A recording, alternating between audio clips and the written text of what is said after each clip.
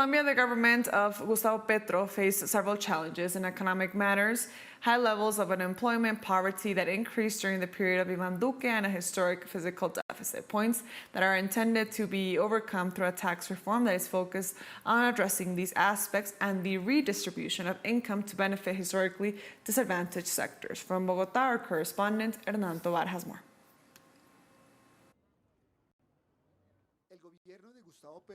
The government of Gustavo Petro received a country with some 19 million people below the poverty line and unemployment reaching 12%. To address these challenges, the government has proposed a tax reform that aims to raise close to $4 billion by 2023 to be invested mainly in social programs. The measure included a surtax on income for large companies, high-income individuals, and the hydrocarbons sector. This is a policy that some analysts consider unsustainable in the long term.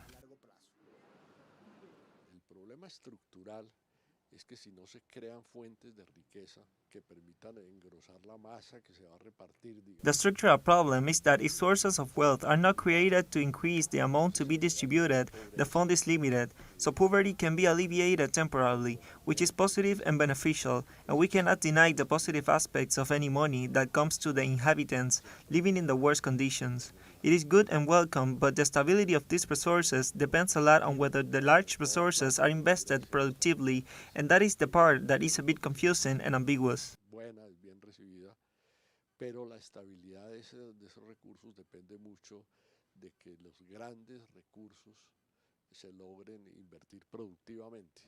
The economic model established in the country that for many years sought progress through the deterioration of income distribution, deepening inequalities, now seeks to prioritize the historically excluded social sectors with economic aid and subsidies. The weakness, according to economic scholars, lies in the fact that these policies are not accompanied by more productivity and expansion of employment.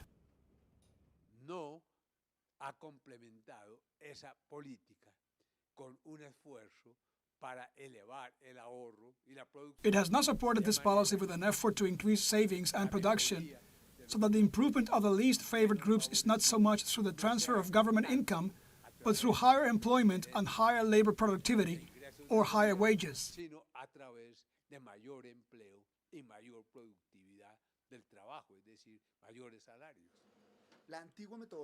The old tax methodology that benefits the wealthiest sectors of society in order to generate more employment has not worked in this country. Currently, the number of unemployed in Colombia reaches 3 million, one of the main challenges facing the government of Gustavo Petro for the next 3.5 years of his mandate. El crecimiento económico es débil en la economía colombiana, siempre ha estado Economic growth is weak in the Colombian economy. In recent years, it has been linked to the hydrocarbon sector with the financial sector, which are sectors that generate jobs but not enough, and these resources do not end up being distributed among society. The perspective that encourages the national government, the current President Petro, is precisely that redistribution is necessary, that the tax system must have a redistributive, progressive character, as the Constitution says, and several of the most important economists in the world today are in agreement.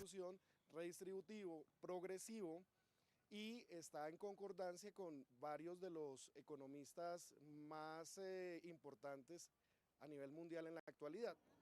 This new progressive government has also the great challenge of covering a fiscal gap in the nation of 5.6% of the GDP according to the economic authorities, while the public debt is around 56.5% of the gross domestic product.